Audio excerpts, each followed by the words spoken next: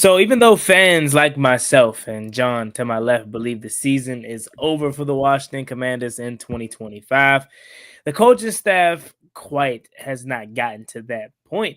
As if you heard Dan Quinn's press conference, he is speaking as if the season's not done. So that being said, the Washington Commanders are not giving up on the 2025 campaign. So what is next? That's coming up here on the Burgundy Breakdown. Let's talk about it.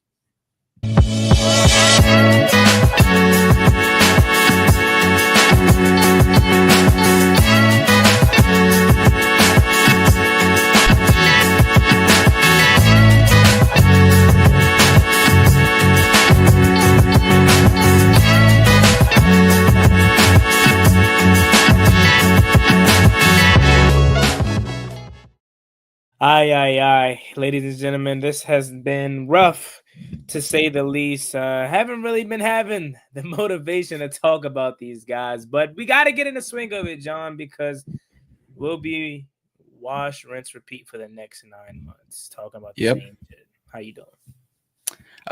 My voice is probably shot by now because we were live Monday night. I was on with Tone, Tim, and Grant last night. We're on tonight. I record Friday. So if I sound shot, it's because I'm on my way.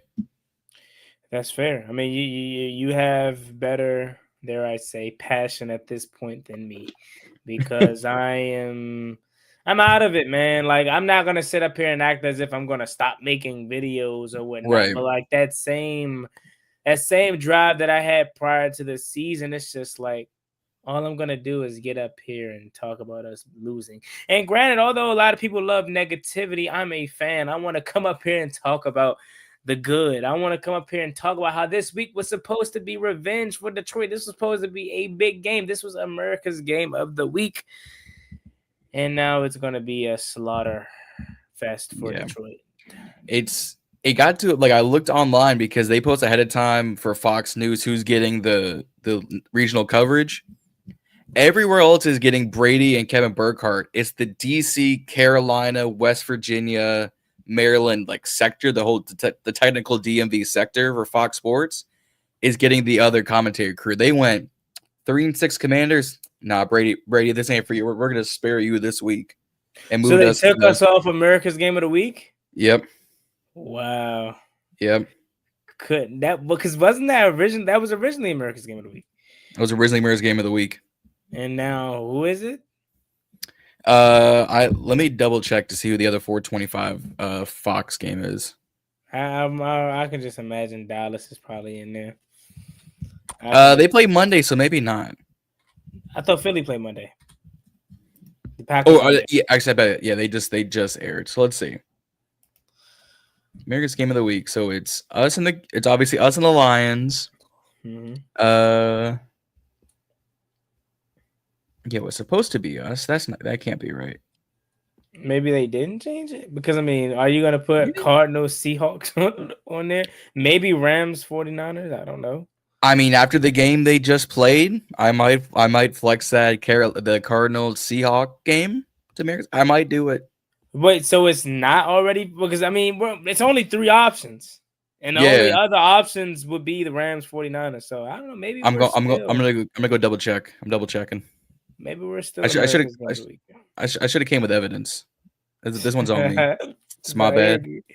You're good, man. I mean, unfortunately, America's gonna have to watch us get slaughtered. But hey, I guess everybody but Detroit, the city of Detroit, will be upset. Yeah, I know the ratings are gonna be down regardless of this game. Mm-hmm. Now, had Jaden Daniels been playing, maybe a bit different story. But no Jaden, no Terry, no. Even if this was the game that Jaden returned on, they would have kept it because it'd be like, oh, he's coming back, and this is gonna be so much fun. But nah. Yeah. That being said, though, as I hinted, and as it's the title on my side at least, listening to Dan Quinn talk today at the podium, he didn't sound through with the season, and that's not shocking. Right, like, of course, we have punted on the season because we live in reality. All right, we're fans of the team. We're not in the building. We're not there 24/7 like these guys are. we already have came to the conclusion that this season is over. Dan Quinn is not there at this point.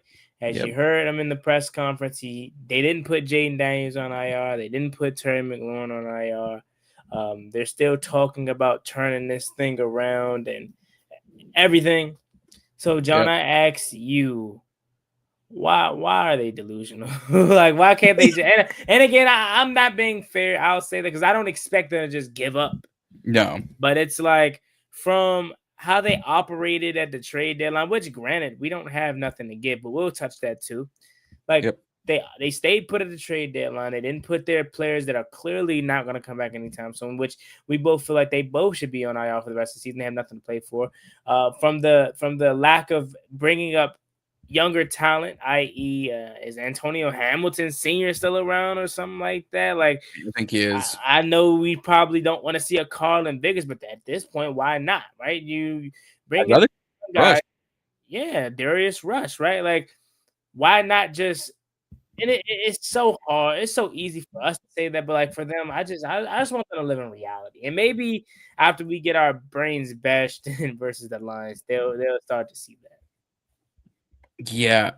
You were right, Juan. It's the Rams at Niners game that everyone else is getting from pretty much North Dakota, South Dakota, down to Chicago, cut through West Virginia, down to the Carolinas. That's going to be Detroit to Washington with Albert and Vilma, and then Maryland upwards, Carolinas, and then out going west is going to be America's Game of the Week, Rams at 49ers. So you were right. It was the NFC West matchup. But to the actual question, because this coaching staff and Tim and Grant made a good point last night on Tone's live stream. It was the four of us. Dan Quinn's whole motto of this whole team since he came here is never say die. This never say die attitude. We're never not gonna, compete to win. Was it anybody, anytime, anywhere, arrive violently, like, because they'll never give up in defeat. But that's part of the problem. When you punt with 6 minutes left in the fourth quarter, when you're down 38-7, that is a quintessential white flag, and yet you kept Jaden out there. But I digress. They refuse to give up, and nor should they, because they all have jobs on the line. They're all making millions and millions and millions of dollars, which most of us will never see in our lifetimes. But at this point, just put Wagner with a checkboard and go coach some of the other, the younger guys. They already elevated Treylon Burks and Sheldon Day up from the practice squad up. They brought back Gerald Worley, who's now a safety somehow. I thought he was a corner. But 3-6, we play Detroit, and then we play Miami, and then we play a bye week. And I've got some things cooking up coming towards the bye week. We should. The season is not technically over to everyone else's point, but as a fan, you're looking at this like, oh, this is just. I'm already numb to the pain. Like, we had one good year in a decade and a half since RG3's miraculous season, and we saw how that went. And a decade later, this now rinse, wash, and repeat. You can't help just not be numb to the pain. Yeah, and I think that's a big reason as to why I'm out of it is because I'm so used to it, right? No longer gone are the days, and it has part to me growing up. Don't get me wrong, but long gone are the days. Am I sitting there in 2017 crying after a Saints game where we blew the lead? Long gone are the days where I witnessed Kirk Cousins break my heart in 2016 where we had a chance to send 3 playoff teams from the NFC East, and Dominic Rodgers-Cromartie's picks off Kirk Cousins. Long gone are the days where I am crying because RG3 tears his ACL, and we lose that playoff game versus Seattle after starting 14. Oh, long gone are the days. I sound like I'm giving a speech. You're so fun. Long gone are the days where we witness. A lot of people bring up the Eagles massacre, rightfully so. A lot of people bring up the other Saints game where Drew Brees destroyed us and broke the passing record. Mm-hmm. Why doesn't no one bring up the Steelers Monday night game? Who remembers that? I think that one, and not to go on a tangent, but this is just my point. Like, long gone are the days where I'm emotional to that point. unless we're competitive. Once we're out of the season, for whatever reason, my body's just like, hey, we've been here before. We know how to protect ourselves, I guess. Heart shield, if you will. But that Steelers game, that was so bad. It was week 1, right? I was so hyped. I had school because it was a Monday. I had school, and it was nothing better than in those days than your team playing on Monday nights, and you go through all day of school and get the like. It was so I was so geeked, and we get destroyed by the Steelers. And Antonio Brown shakes his ass on Monday Night Football. Man, I say that to say I'm no longer there.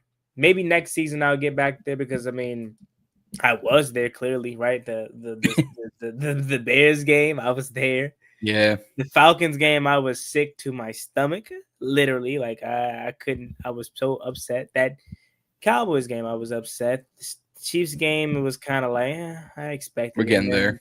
Yeah, I expected it. Last week, I was just more so, or Sunday rather, I was just more so distraught that Jaden Daniels hurt his elbow, and they keep posting that picture too, man. That shit's pissing me off. The whole so there are 2 memes running around that's from that Seattle game. It's just the picture of Jaden's elbow, and then some degenerate loser Twitter people on Twitter, ironically enough, use the picture of Rio's son, Lil Rio Jr. in his Jaden Halloween costume with the sad face, and like this is the Jaden that showed up on Sunday. And I went, y'all using Rio's kid as a meme? That's diabolical work. Yeah, for sure. It's you know how the internet is, man. Yep. It's a very, very disgusting. Not even the internet, Twitter, because you don't see half that on Instagram or Snapchat or Facebook or TikTok. It's Twitter, and then it's everyone else. Yeah, that's why I don't use Twitter much. I only have it because of the beat reporters or for my own page, but I don't even use my own page. But yeah, man, it's just been rough, man. And I at this point, I want to lose every game so we can have a better draft pick. But at the same time, I know I sound contradicting, but what if somehow by a miracle they come out there and beat Detroit? I would be pissed. You want to know why I would be pissed? Not because we won, but because, damn it, I would be confused. I'm confused. I'm like a person that's in a bad relationship. And they won't communicate. They won't. They're just leaving me out to dry. Like just. And I know it's not happening. We're going to get destroyed by Detroit. And then they pick you up in a limousine. Like, I beg your pardon. Yeah, that's what I'm saying. Like, I know, chat. We all know it's not happening. We're getting destroyed. And we all believe the season's done. But my question would be like, what would your feeling be if somehow we squeaked it out versus Detroit? I would be pissed because I'm like, I would be so confused. What are we doing? You lose to Chicago, you lose to Dallas, you lose to Kansas City, you lose to holy shit. Are we on a 4-game losing streak? Yeah. Oh man, that sounds like Ron Rivera if you ask me. 4. Like I would just be so lost. 4-6. Don't get me, because then that they're roping me back in at that point. Because then if we beat Detroit now, I'm thinking, oh man, if we could run the table, oh man, if we can get that version of Marcus Mariota back out again, we may can do something. This defense with Joe Witt Jr. coming down to the sideline, which I don't think is going to make a difference. Really. They're going to rope me back in. So even though I'm over the season and I know we are done, like we're a bad football team, it's over. Can the Lions just completely end it so this coaching staff can catch back up to speed too? Because I'll be damned if they suck me back in. And I know you're probably like, Juan, well, that's your fault. You should know better. Don't go out there and beat Detroit, please. Because then you're just gonna make me look like I don't want to do that no more, man. I don't want to do that. I don't want to sit here and say, oh, well, we beat Detroit, and then now we can. I don't want that. Beat Miami, and then go to the bye week as 5-6. Yeah, and then oh man, don't let that happen. Because then if we're sitting at the bye week 5-6, and then we get some good injury news from Jayden, and like I want him to be done for the rest of the year. Yeah, please don't make it, because you know they're going to do that, right? Like let's just talk hypothetically for a reason, because the reality of the situation is we know the season's over, and I'm going to be honest with you, I don't want to sit here 30 minutes talking about the same shit. We know the season's over. We're going to talk about it. We already have talked about it. Hypothetically speaking, I don't want them to win Sunday. I don't want them to win in Madrid. I don't want, because then you start to play. Oh, well, maybe we're 5 and 6. We're at the bottom. Maybe we reassess Terry. Maybe we reassess Jaden.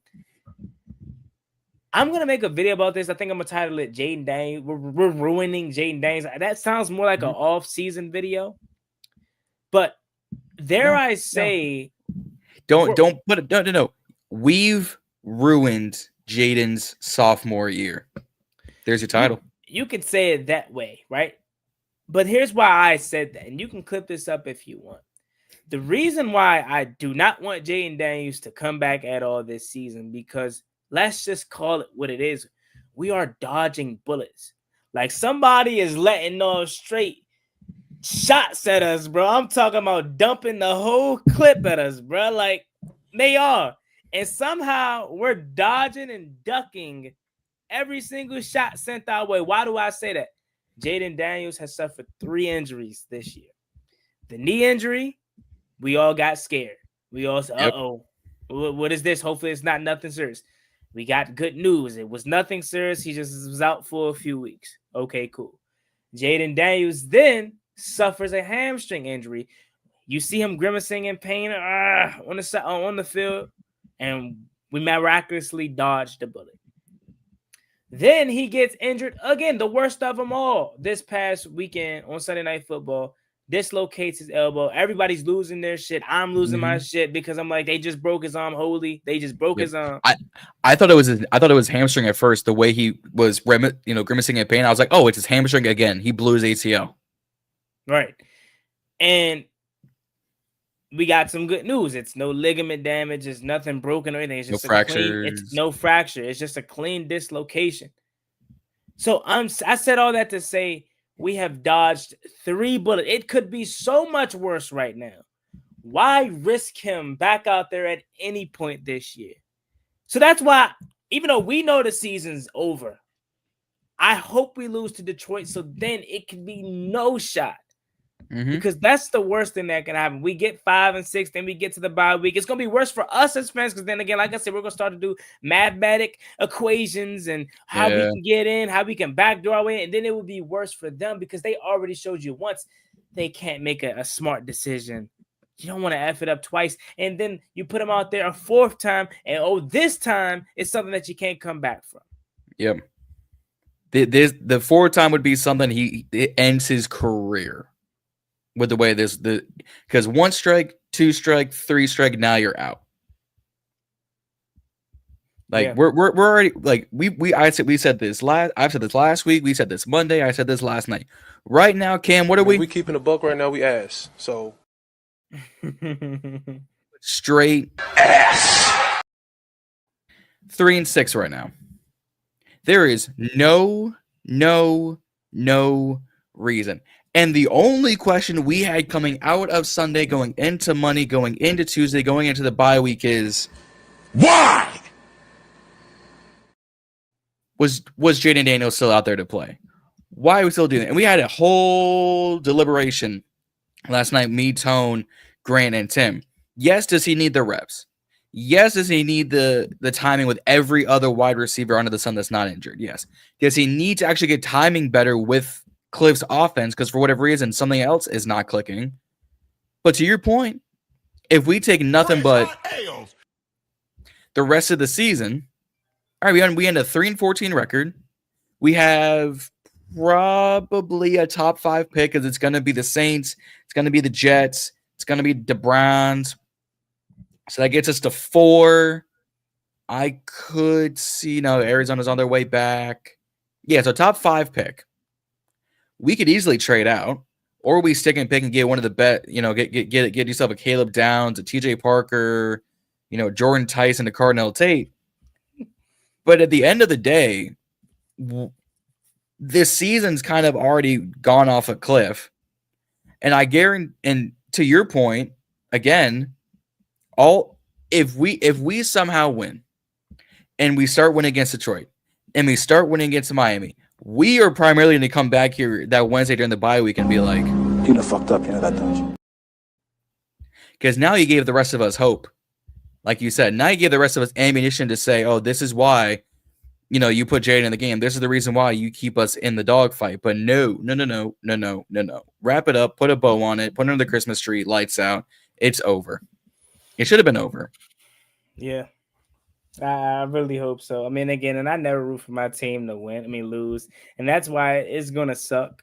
Because part of me is like, still have this ounce of, what if we pull off the upset? Yeah. Like, I don't know, man. I hate it here. I really do, bro. Like, it could be worse, though. It could still be worse. We could be the Jets.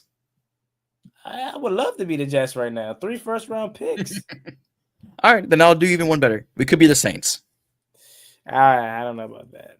Yeah, I mean, we could be in a better, worse situation if you talk about that. But then again, I think Kellen Moore is not that bad of a head coach. I'm not gonna lie. He's not, but you'd be confident with Spencer. I could play Patrick Mahomes in a biography Redler, or Spencer. I'm 40 years old, but really I'm a 26-year-old Chuck at quarterback.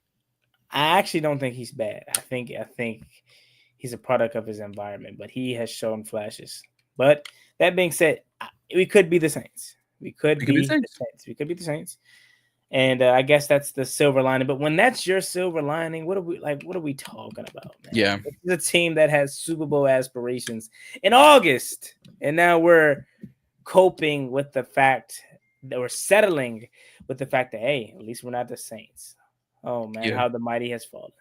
Hey, at least we're not the Browns. At least we're not the Titans. At least we're not the Jets. Oh, I forgot about the Titans. Yeah, we'll be top 5 pick. When you look, we're not giving up on the team or giving up on the season. There's a difference. Because at this point, what you can do is start putting the old guys on the bench, start putting the young guys on the field. If we fail with the young guys, at least we know what we have. But if we have good moments and good drives, then we can go into the offseason and be like, all right, we're going to keep Bennett sitting around long term because he's not actually trying to catch the ball. Jalen Lane should play, running back because he can carry, but he can't catch. Like, you got to start doing analyses of what you have on the roster. This is the time to do it. Yeah, but they're not there yet. That's the issue that we're having. Mm-hmm. Fans are there. Fans are living in reality. Fans are like, okay, season is done. Well, let's start seeing some of these young guys. Do we have any time? People keep talking about Ben Simmons, and I was the biggest Ben Simmons fan coming out of there. I can give a hell about Ben Simmons. I want to see Kosin Yankov. How about that? That's somebody that showed me something. He should be back this week, at least according to the injury report. Should. That's somebody that showed me. I still have that pass that it wasn't Sam Hartman that threw it across the middle of the field against the Ravens. I still have that engraved in my brain. That's something that I have not seen Ben Sinnott do not once. So instead of giving me Ben Sinnott, let me get some Kosin Yankov in the lineup. Zach Ertz, you can sit down. John Beasley, we know what you are. You're a freaking beast. You can sit down.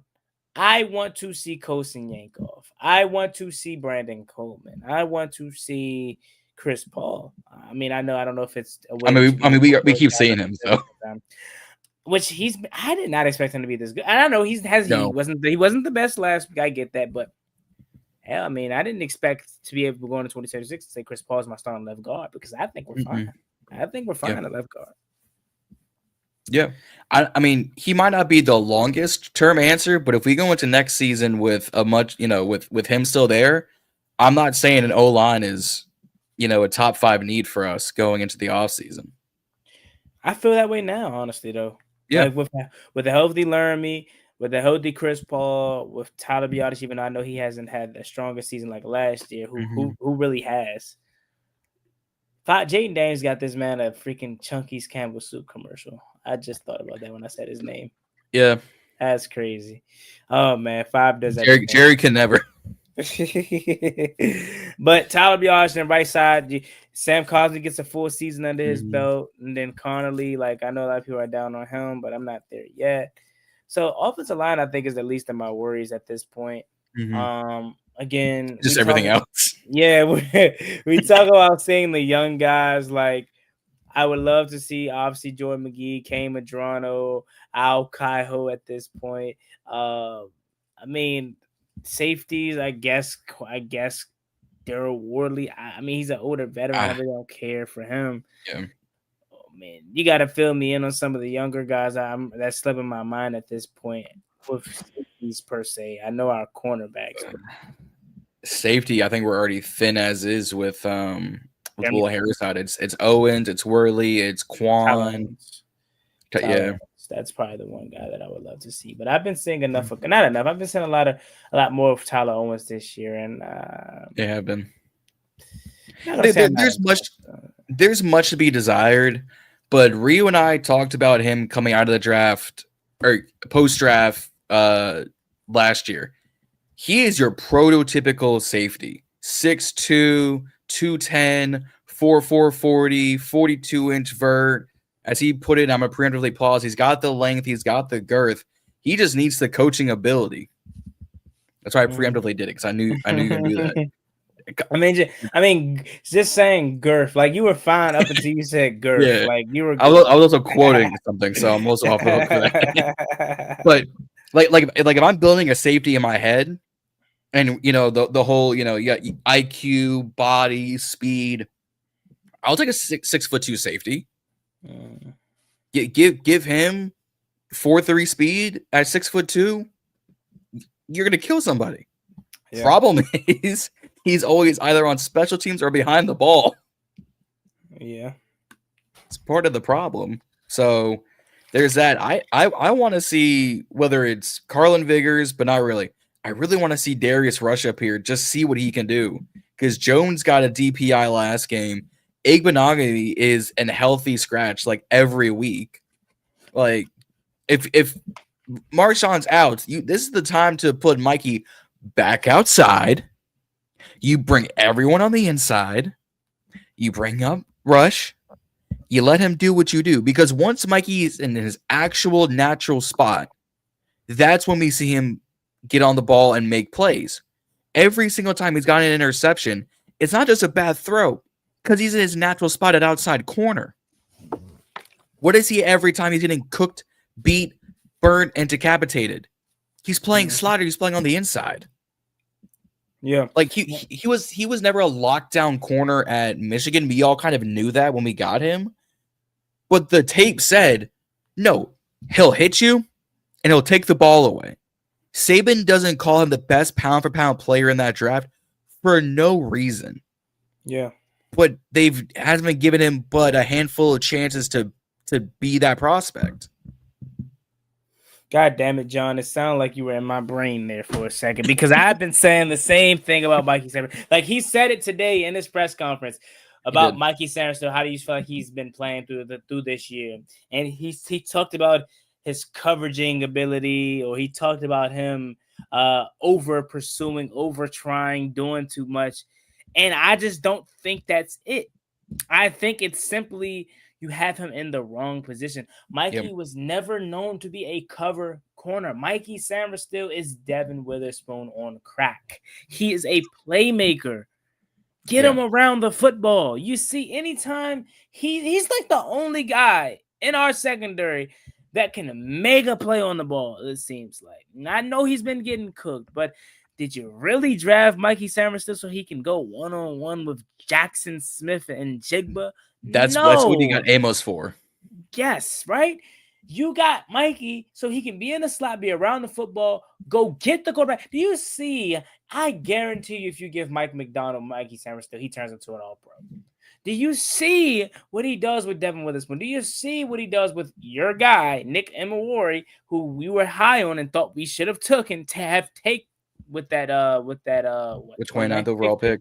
Like, it's all about the personnel. It's all about the coaching, I should say. Like, I am so sure that if Frozone was being used as a playmaker and being around the football and then being sent on blitzes and being used as a, I don't know if they do this, but like, let's say he was in the slot and he was used as like a spy or for one play or a bluff or a cornerback blitz. Yeah, or cornerback blitz. Like, you just got to be creative with him, man. And I think he's just suffering from that. Like, if you ask Mikey to just go out there, hey, Mikey, go play man coverage against Amon-Ra St. Brown. Oh, my God. What do you expect? Like, book Amon-Ra St. Brown for 2 touchdowns and probably 200 yards, because the amount of slants he's going to run on Sunday and be open by a mile is going to be insane. It's not just him. It's going to be Jameson. It's going to be Isaac Tesla. It's going to be Jameer and Montgomery and Laporta. You were talking about putting the national position like I pontificated for.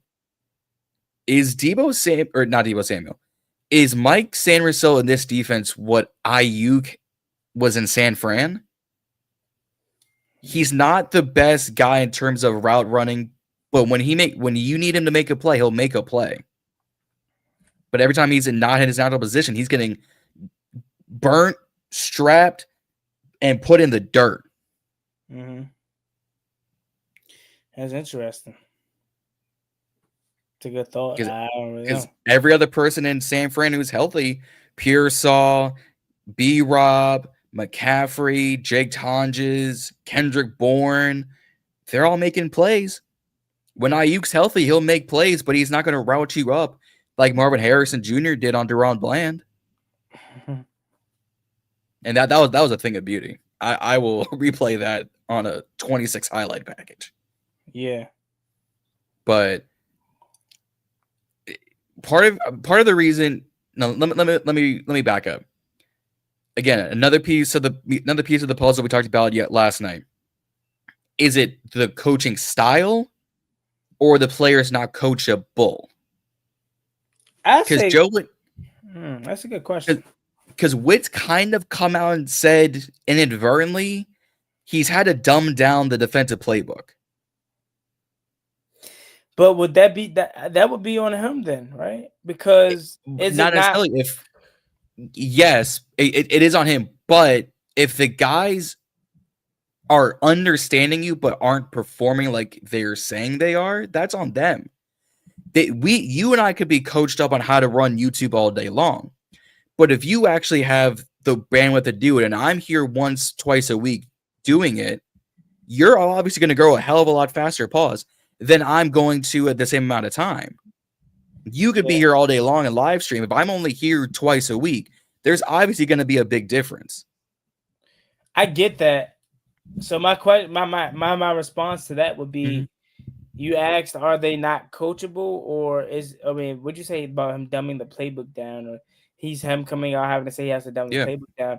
I don't think that's necessarily being uncoachable. I just think think about it from his perspective, their perspective. It's like last year we were having the same issues, if not worse. This year it's the same thing, and you have a crop of new players for the most part. Yeah. And it's the same issues. So at what point do you start to hold Joe Witt Jr. accountable to say, okay, yeah, he has to dumb down the playbook, but at what point do I sit back and look at my scheme and say, maybe it's too complex because I have 2 years of the same things, and for the most part, we have different players coming in, and we're still having the same struggles. So that's why I say I think it's more on him than the players, because I don't take Mikey Sammerstill as a guy that just isn't coachable, that doesn't get it. I don't take Marshawn Lattimore as a guy that's uncoachable and just doesn't get it. This is a former Pro Bowl corner that we're talking about here.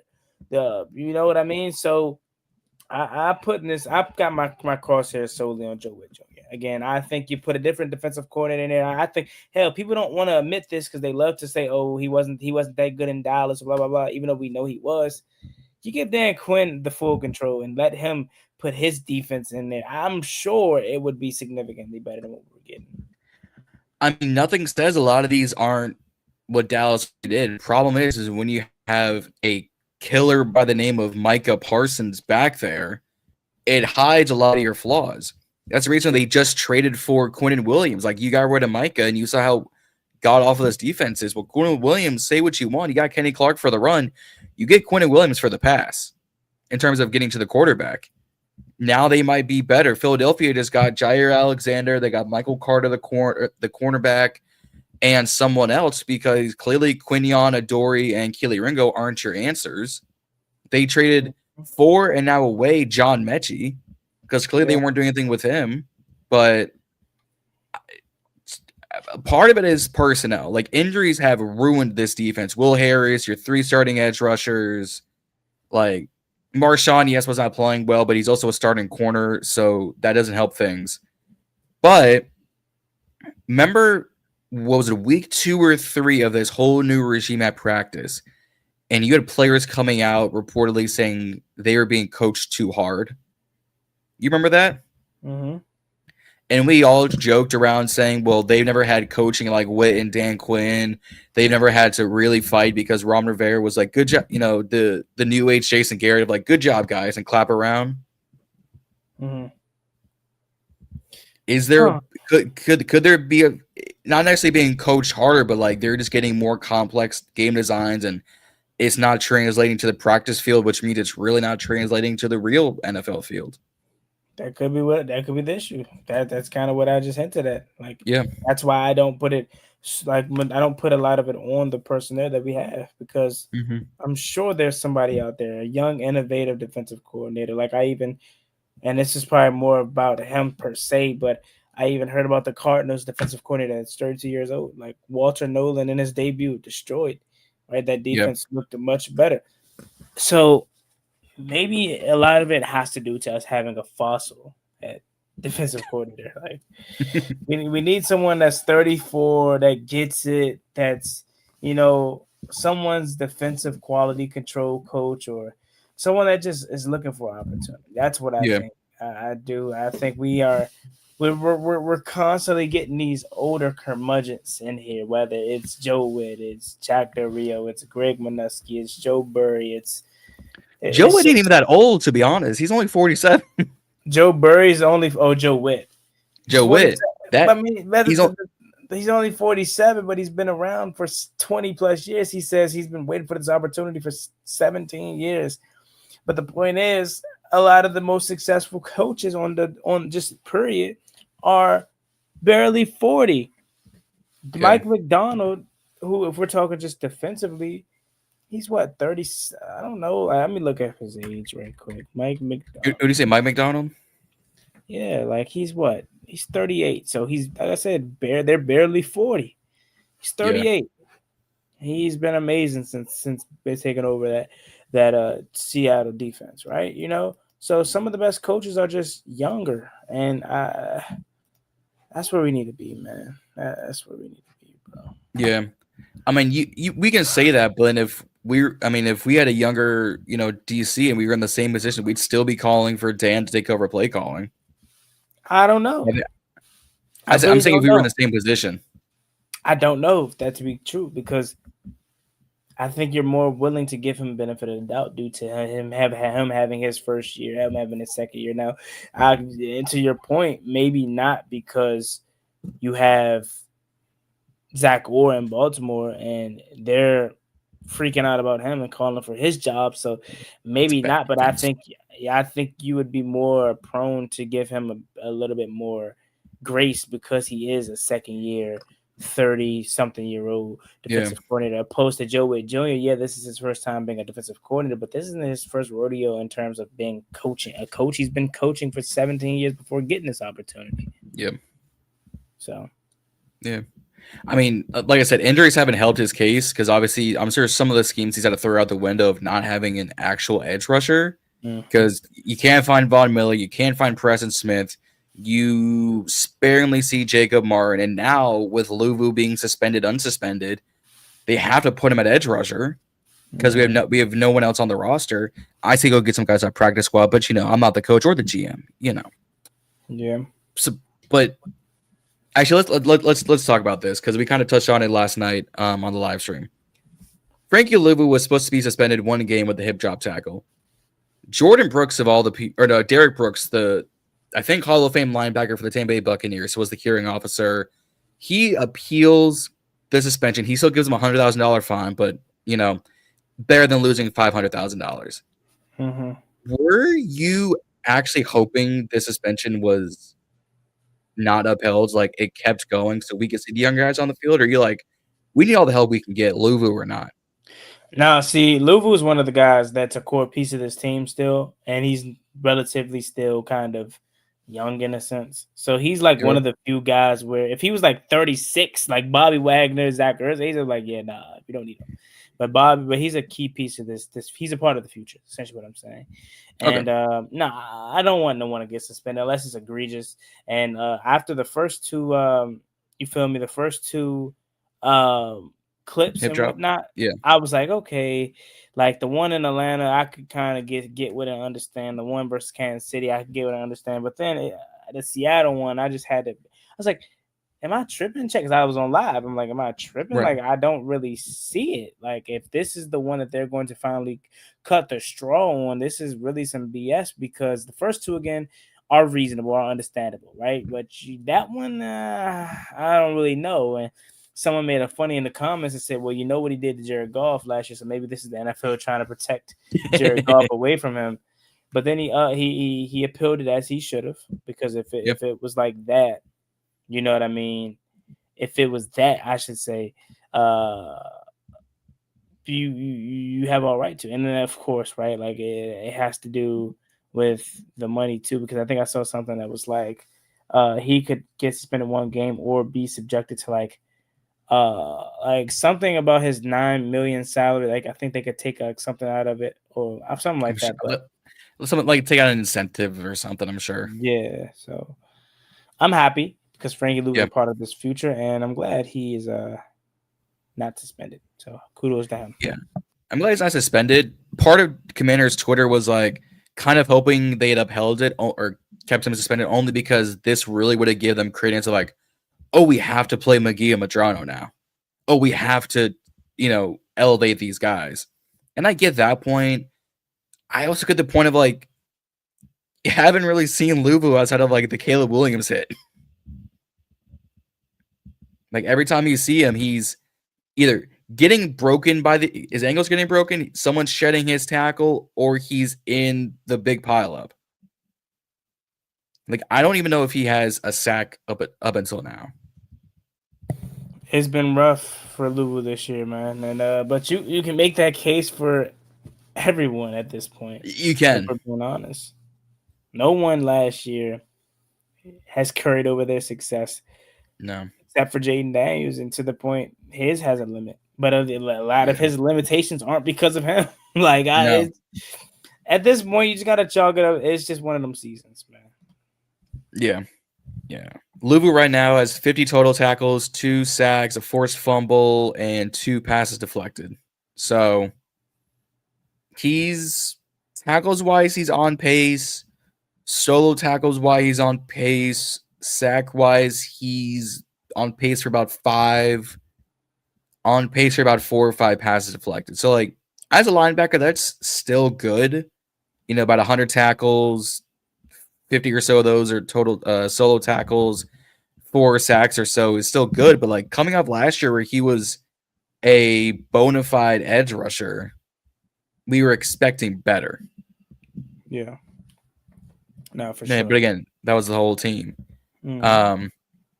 Reason why I put it in the title being what's next, and no, I'm not, Goldberg with who's next, is because what else can we do besides continue to elevate practice squad guys? Like, I'm kind of looking at the available free agents, and it's like Christian Wilkins.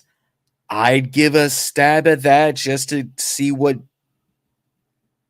an actual talented veteran could do, across from Payne since Newton is back and forth. There's Gabe Davis kind of still floating around. Zadarius Smith is retired, actually. Justin Simmons being a free safety is still floating around. I think Kendall Fuller's on the Detroit practice squad. Bring him back. Like, there's not talent, but there's names enough to where you could be like, he's better than insert the practice squad guy.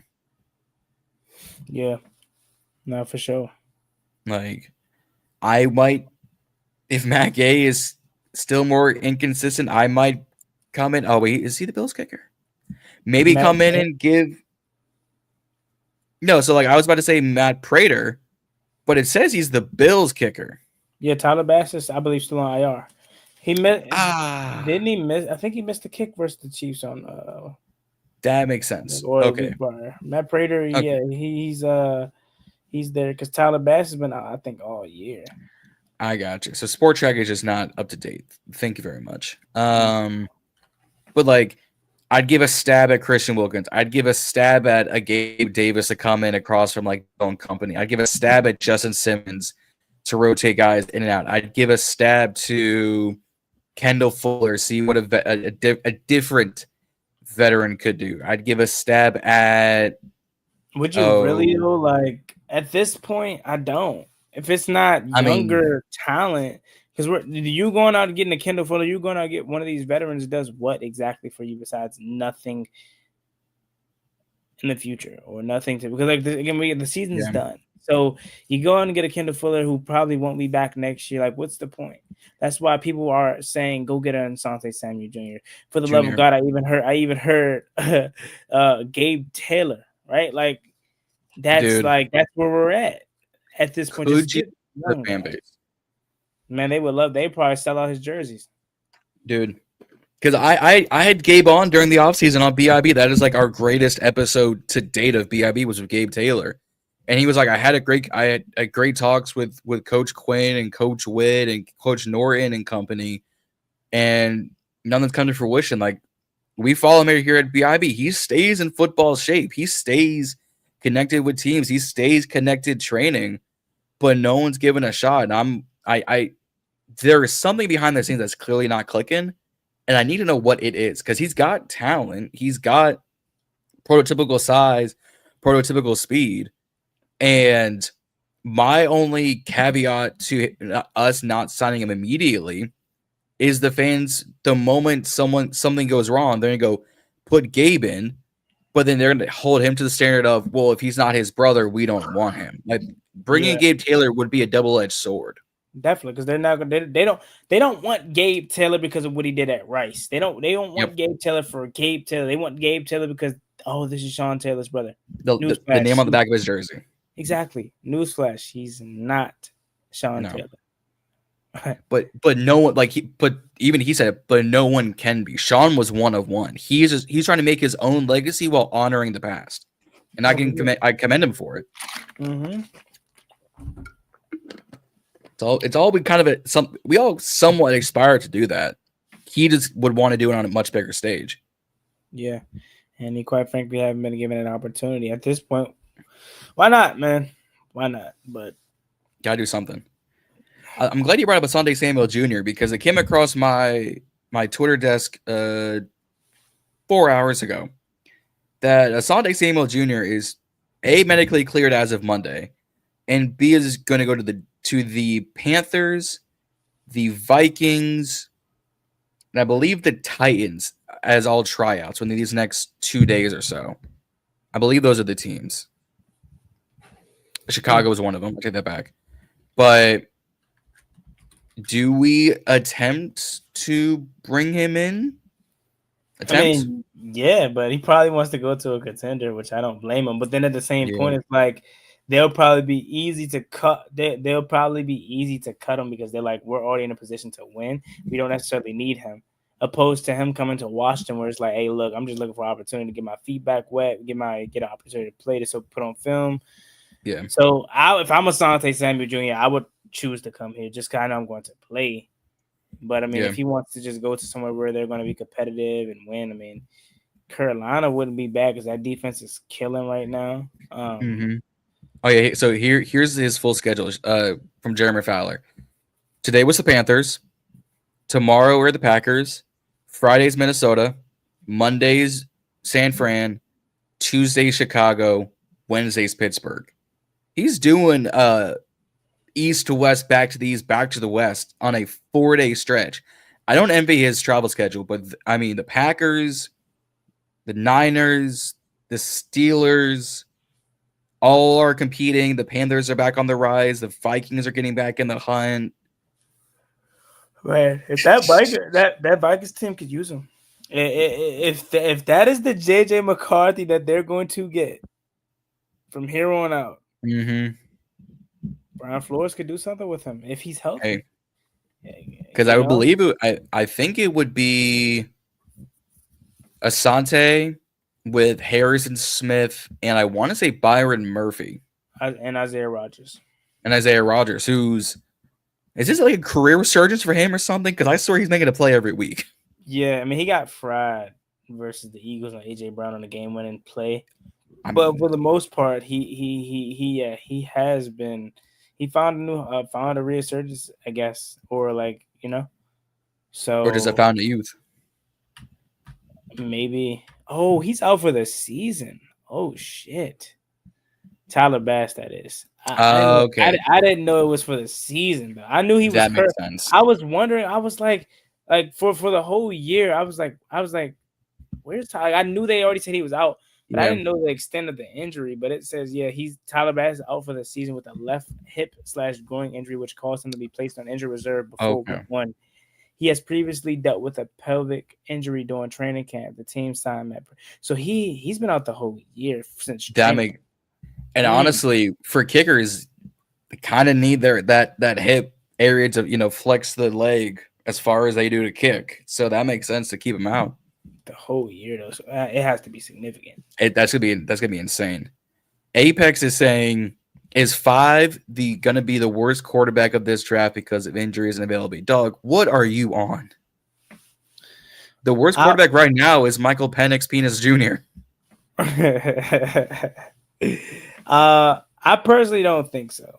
Obviously, we know talent-wise, he's probably the best in the class. But if you're talking solely health, I mean, look, he sustained a rib injury. He sustained a knee injury. He sustained the hamstring injury. He sustained a elbow injury and a knee injury. So, play aside, we know he's the best. But health-wise, I'm just going to chalk it up to it just being right on cue with the rest of this season. Like, everyone is hurt. You know what I mean?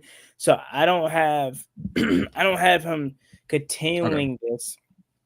And yeah, man, I figured that because you talked about him being availability, not play. We know he's the most talented one in the class.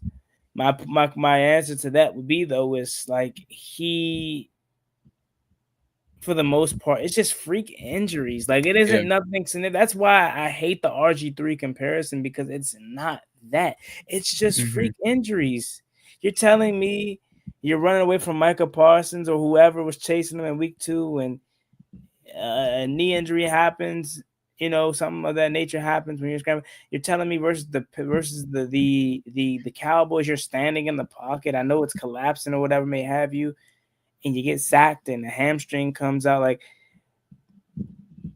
we're dodging the bullet. Like we already spoken, John. You can clip that up probably if you want, and post it. We're dodging a bullet because all of his injuries seem to be coming out on the right side of him in terms of them not being worse. But I wouldn't say he's going to be the worst due to injuries and availability because I don't see this happening again in terms of 3 separate injuries in 1 year. And they're not going to allow that. Jaden Daniels is our treasure. He's literally our franchise. And Adam Peters is probably looking at this like we cannot let this happen again. So what does that mean? Get more talent around Jaden Daniels. I dare I say I think his injuries happen because he has no one. Had Terry McLaurin been out there, had Debo Samuel been out there, had Noah Brown been out there, I don't think these injuries happen. At least the last one, because he's been at least the last one, yeah. He was running for his life because he's like, bro, that's all I got. It's me and my legs and my arm. Well, not even my arm because I'm throwing to Treylon Burks. Although it was a good comeback route by Burks. I'll give him credit on that one. It was a good comeback route. It was good, but I mean, but no, if we're talking the worst quarterback of this draft just purely because of injury and availability, the clear-cut answer is JJ McCarthy. He's already missed all of last year. He's already missed the first 6 or 6 of the 9 weeks already. Because he started week 1, started week 2, got hurt. Oh, week 2, and now he just came back. Yeah, he got hurt versus Chicago, I believe. Yeah. So now that's 17-5 is 22 games of a second-year quarterback. That's more than a lot of guys get in their career. Yeah. It's 25 games. He's missed 22 games out of 2 seasons. That right there is the worst of injuries. Next one you could say is Michael Penix because it took 7 games to get him going last season. He had to miss a game this season because of him getting injured. So out of a possible 34 games, JJ McCarthy played in 12. If he missed all of last year, which is 17 games. well, not 12. My math could be wrong. Yeah, well, no. Yeah, he missed all of no. My math is all jacked up. You know what I did? I was about to say, yeah. I did 17 plus games. 17, which is 34, and then I minused it by the 22 games that he missed. I'm sleepy, man. I don't fucking know. He was eligible to play in 34 games. Yeah. And he's only played in 7 roughly. Yeah, out of 34 games, he's only played in 7 games. And he's missed preseason too, you're right. So that would probably be your answer. Right there. Someone saying I saw Michael Peanut. Dude, here's the problem is the joke writes itself. You miss the X on the keyboard for the S, and the seamstress to be like, who bought a jersey? Yeah. It writes itself. Although the other joke is Atlanta now has another left-handed quarterback who's smaller frame named Michael who loves dogs. So I mean, take it what you will. But I agree with this statement. We got to get out of this damn stadium. Yeah. This field is in baseball because you're a baseball guy. Y'all have the field of dreams is what it's called, right? Mm-hmm. Yeah. Northwest and to a degree MetLife, the fields of death. Field of nightmares. Field of nightmares. You want an injury? Go to Northwest or go to MetLife. We got to get out of that stadium, but we also I was so like geeked for the unis. I was like, hopefully they can become our permanent one day. I don't want to see them again. It's we played like the Redskins. It's too red skinny for me. And go figure, we actually play like the freaking Redskins wearing those jerseys. Like the most Redskins shit happened that night. We get blown out at home. We sustain an injury to our star quarterback. Seasons down and there, corner and receiver, like oh my god! So man, poor Luke. If anybody wants, so well. he was. I told you last week on the show that I was getting to the point where Luke was becoming a guy that I say, oh, I don't got to worry about Luke. He's gonna show up. That's where he was getting to, and something about that kick return I just didn't like. It felt too hard. Pause. Like it felt too impacty. Yeah, that was crazy. That was a good pause. But like if you watch the play over, you could just tell on impact that wasn't the norm. Like it felt too, I wouldn't say violent because it's football, but like it just felt too compact, like fast, quick. He got I'm preempting just because of the comments. Some people might say this. He got overloaded way too quick and got taken down way too hard. There were 4 dudes on him that it took 4 dudes to take him down, and he landed on his shoulder, which then broke the collarbone. Yeah. So it's rough, man. It's rough out here. Gerald's saying, bro, Mariota, O-line, or are we toes? Hutchinson versus Connolly. I think Hutch. Is Hutch a right end or a left end? He'll be on Connolly. He's a left end. Okay. Then yeah. He'll be on Connolly. Hutchin's probably getting 2 sacks. Just go ahead and warm up Josh Johnson at this point. you know, bro. You know Mariota's gonna, bro. Like I hate. Yeah. I don't want it to happen, but it's like, come on, bro. Mariota has never been a quarterback that's been able to play all 16, 17 games. The more he plays, the longer he's asked to play. Something's bad is going to happen, bro. And he has 8 weeks of this. Theoretically, unless they put Jaden Daniels back out there, which please don't do that. But, Josh Johnson versus Quinn Ewers in week 11. Anybody? Oh my God. Anybody that's going to that. I mean, I guess you'll enjoy it because you're still in Madrid, but it's like back in nice August, here, dude. Back in July, that was like the trip of dreams. Like dreams. Oh my God, I get to go to Madrid and see my Commanders play. Jaden Daniels play overseas, JD Cinco, whatever the trend was going to be. And now it's like that's became like an afterthought of the trip. The main attraction was that, or the main reason to go was that. Now this is like, I guess we'll go. I mean, can I interest you in a Sam Hartman versus a Zach Wilson blowout? Like, that is That Dolphins game, I think, is going to be the only remaining game this season that is not an absolute blowout because both our teams absolutely suck. Why? And like that's the thing. I was so happy for this 9 a.m. game. We haven't played a 9 a.m. game since Dustin Hopkins freaking sold in the Bengals game in 2016. I've been waiting for an overseas game. We finally get one, and this is the result. Hi. The football gods really said, nah. Y'all want a nice afternoon, a nice morning game. Y'all want the sun shining on Sunday morning? These motherfuckers are crazy. Absolutely not. Y'all really thought y'all had a chance to have a good, nice season? Stop it. Get some help. It's Washington. We're Washington, man. We used all our goodwill last year, apparently. Really did. All of our good karma. We used it last year because now we're back to being reality. Back to life, back to reality, I guess. I guess we used up all of our lucky charms, and now we're looking like I'm broke, baby. I ain't got no money. So we look like now. We're broken, literally. Literally, physically, mentally, like broken.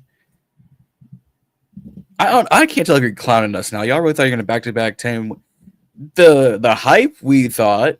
I think part of some of us deep down said it's an 8-win squad, but you couldn't get me to believe this was an 8-win squad with Jaden Daniels out there healthy based off of the year he was having last year and the projected offense of Jaden, Debo, Terry, Noah, and Laramie Tunsil, the hype of Bill. Like you couldn't have had me believing that this was an 8-win team. Marshawn Lattimore says he feels better. Trey Amos is supposed to be a shutdown rookie corner. Mikey Sammerstill was the defensive version of Jaden Daniels. Will Harris is supposed to be an upgrade over Jeremy Chin. Interiorly, we got better with getting Javon Kinlaw. We got gashed in the run. We were supposed to be able to stop the run. Dietrich Weiss was supposed to be a guy on the end that can have some size and John's word girth. It just fell apart, man. That's why part of me, like, I'm upset with Adam Peters. I'm upset with how things have gone, but at the same time, we never got a fair shot, man. All the acquisitions he made, we have not been able to get to see him because it's like, even though we are going to criticize and rightfully so, Adam Peters put together a plan that he felt like was good enough, and we didn't get to see it. Like, we didn't get to see Terry and Debo and Jaden and Noah on the field. We didn't get to see what Dietrich Wise could have been for this pass rush, or Dorrance Armstrong for the whole season again, or, for that matter, Will Harris could have been a change for this secondary. Like, we just didn't get to see it, man. And we got robbed, and it's unfortunate. Because I remember watching, I forget where Lake was. I don't know if it was on our show, if he was on your show, Rio's show, Reedie Zee. I forget where he was. Actually, no, I think he was on my show. And he said this could be a 13-win season. I looked at him, and he gave me the look of like, Did I stutter? This is a 13-win game or 13-win team. And I went, I felt high saying 11-6, 12-5, run it back. 13 wins. If we get 13 wins, it might be the greatest season we've ever had. And now we'll be lucky if we get 5. We'll be lucky if we can tie Booker T's WCW world title record and have 5. The damn shame. It is, man. But just this season has us looking like. Yeah, it does. But that being said, it just sucks because we're in for such a long journey because we still have 8 weeks of this. And we have to sit through 6-7 months. The off season. And then at some point, training camp's going to get repetitive. And then at some point, the preseason's going to get repetitive. And it's like, God. Yep. I wait all my life for this year, for this time of year, for it. Like I hate being an NFL fan, man. I do, because like I don't care about any other sport as much as I care about this, and this is the one sport that I have to treat like it's gold because I barely get it. This is the only sport where you spend more time often on. Yeah, I love baseball, but to hell, I don't watch the Nationals play in June. I still got 68 games I can catch, because between July and August and September, like to hell with the NBA. You know what I mean? Comparing it to the NFL. So what? I don't watch a marquee matchup on the NBA in December or right now. I'll catch it in January, February around playoff time, because they play 80 games. To hell with the Capitals right now, and I can watch them in a postseason when it's just so much you can do in the NFL, man. You have to take every week like you don't know if like it's its last, because our season's fucking over and we wait all this time. Yep. What sucks the worst we're gonna have is top 5 pick and brilliant draft picks. If we have a true top 5 pick, trade back. We best trade back. You're hearing this already. Washington needs ... draft. Wide receiver, linebacker, safety. Who else? Corner, edge, defensive interior, because the Sheldon Days of the world you can't keep bringing back. I will, starting in the bye week, I already have something planned in terms of the draft, because Juan, you started this on Monday talking about I got to get my draft cover started now. So I'm starting something come the bye week. It's the BIB Draft HQ. We're getting started early this year because it's already 3-6. We'll be 3-8 by the time the bye week starts. I got scouting reports to do, so y'all stay tuned on BIB for Draft HQ. But I will not go down my draft rabbit hole right now, because this is not the time, literally the time or the place to do so. But Gerald, you subscribe to BIB and you will see more coming soon. That is your man for any draft content. Unfortunately, or fortunately for him, he gets to start it. He gets to start it months early. So while everyone else is sad about this season, Jon is quite frankly happy inside. He may not be showing it now, but no, not at all. Off air, he is happy, and he has Mel Kiper Jr. documentary on his TV because that's his idol. I refuse. If that is a true thing, I will refuse to watch that. Refuse, because it'll just be highlights of him being wrong. Shedeur Sanders should be the top 5 pick, top 150th maybe. No, because he went like 166. No. No, I now have to truly watch college football, because maybe I can watch a game, highlight a few players, and call it a day. Now I gotta watch film. Y'all making me watch film out here. Ugh. Hey, it's probably more entertaining than watching this crap at this point. But that being said, though, I'm gonna go to sleep, Jon. I'm sad. I don't blame you. Every time I talk about this team, it's like when I don't talk about them, or when I try not to think about them, which is rare, because it's as soon as I open my phone, it's the first thing I see. I'm okay. I'm coping. I'm healing. It's like breaking up. It's like breaking up it's like when you're first breaking up with somebody. You try your best to not think about it, and you feel you have them burst throughout the day where you feel like I'm fine, I'm shaking back, and then it's like nighttime creeps in and they start crossing your mind.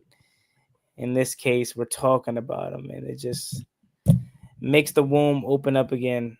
My heart is hurting. I'm sad. I'm depressed, and I'm gonna go to sleep thinking about why the hell our season's over in November. Yeah, this so at least you're talking about it, huh?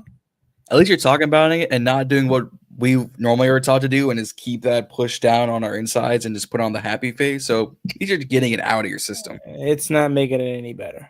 I didn't say it was supposed to make it feel better. I'm just saying. I thought it would, but it won't. You want to know why? Because this was supposed to be a week. We're supposed to be talking about Detroit, man. This is supposed to be 7-1 Washington right now. 6-2 Washington versus undefeated Detroit. Or for God's sake, they're where they're at. This is supposed to be one of those games. And they have motivation too. They already said. Instead, we're about to watch us get slaughtered, man. But Juan is right. It's time to get up out of here, guys. If you're here watching on the Burgundy Breakdown channel, hit that subscribe button. We're trying to draw and grow this individual channel out, so we don't have to put it on our individual channels. So if you're watching here on TBB, like, share, and subscribe. Hit that like button because it circulates us in the YouTube algorithm. That's how we get shown more and more fans, whether it's the clip outs, whether it's the reels, whether it's these live streams that we've done now twice this week and gone on for the same amount of time. You can follow me at the Ballin Burgundy podcast. You can follow Juan at Juan Guy Talking Sports. You can follow at Reedie Zee. All those links down in the description. And y'all see all our logos on the side of our our box. You can screenshot that, put in your YouTube algorithm, and reverse search that. But hit that subscribe button on TBB. Grow out this page. Hit that like button. And tell us in the comments where you are on this at this rate. What should we do next as Washington Commanders? Should we go out to the bar and start drinking, or should we have hope in this team? Because I already know what we're going to do, or at least what Juan's going to do, and that's put ourselves to sleep. Yep, I don't drink, so I'll have to find. Neither do I envy people that drink at this point, because at least you have something that you can cope with. Right now, I just have to just raw dog it, man. I don't know. I have no fix. I have nothing that I can just open grilled chicken and rice. Yeah, I can't. Right, that's all I can do. I have nothing I can just distract myself with. So just start taking some creatine or something. I already do that. It's right here. And you know what? It's empty. It's empty, man. So, man, Gerald P, I love you, man. I wish everyone was like you, Gerald P. But I do too. We didn't give up on the team. We gave up on this season. If they go out and beat Detroit, I'm going to be pissed, because then you're roping me back in, and now I'm starting doing math. Gym. Oh, we can beat this, and we can do it. Just end my misery, man, please. But if we beat Detroit, it is the ultimate case of gaslighting. Literally, manipulation, gaslighting. Like, that's all they're gonna do. That's all they're gonna do if you somehow squeak out against the Triggers. Then all you're gonna hear is, well, if we're 4-6, if we go, was it Madrid after that? If we beat Miami and Madrid, what you look, Washington's 5-6 going into the bye week, they're getting healthy. Jaden Daniels could be back. I don't want to go through that. Just end my misery, man. Because that's the worst thing that can happen. You want to know? Yeah. Sorry to go on a tangent, but we're gonna get out of here. That's the worst thing that literally can happen. We'll be Ron Rivera all over again. You're not good enough to win a Super Bowl, but you're not bad enough to draft a game-changing player or trade back and get a haul. Because then if you go on a late season run and you end up with 9, 8, 10, 7 wins, somewhere in there, you're picking middle of the pack. And that is nowhere for a team like us at this point. We'd either be really good or really bad. But if we're either drafting the final 5 or the top 5. If we're drafting at 15 again or 16 again, I refuse. I don't know what I would do if we got to 16. Yeah, but all right. You gotta get out of here, guys. Like I said, like, share, and subscribe. It's been John and Juan, Double J's, for tonight on Wednesday nights. We'll see y'all next week. We out. Peace.